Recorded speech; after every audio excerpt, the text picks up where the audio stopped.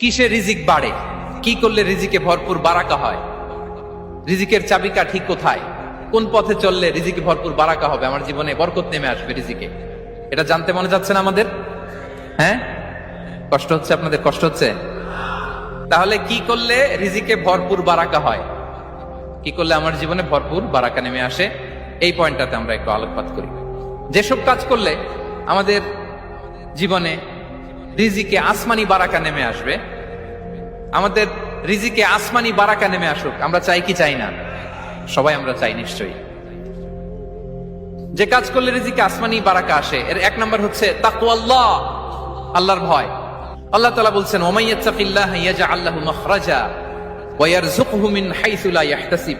যে আল্লাহকে ভয় করে, যে আল্লাহ সচেতন, আল্লাহ তাকে মাখরাজ, মাখরাজ মানে কি জানেন? ওই যে এক্সিট লেখা না এদিকে, এই এক্সিটকে আরবিতে বলে মাখরাজ, মানে কোথাও আটকাবেন না, বের হওয়ার রাস্তা আছে, কোথাও আটকাবেন না, বের হওয়ার রাস্তা আল্লাহ তাআলা অ্যারেঞ্জ করে দিবেন। You will have the way out from crisis.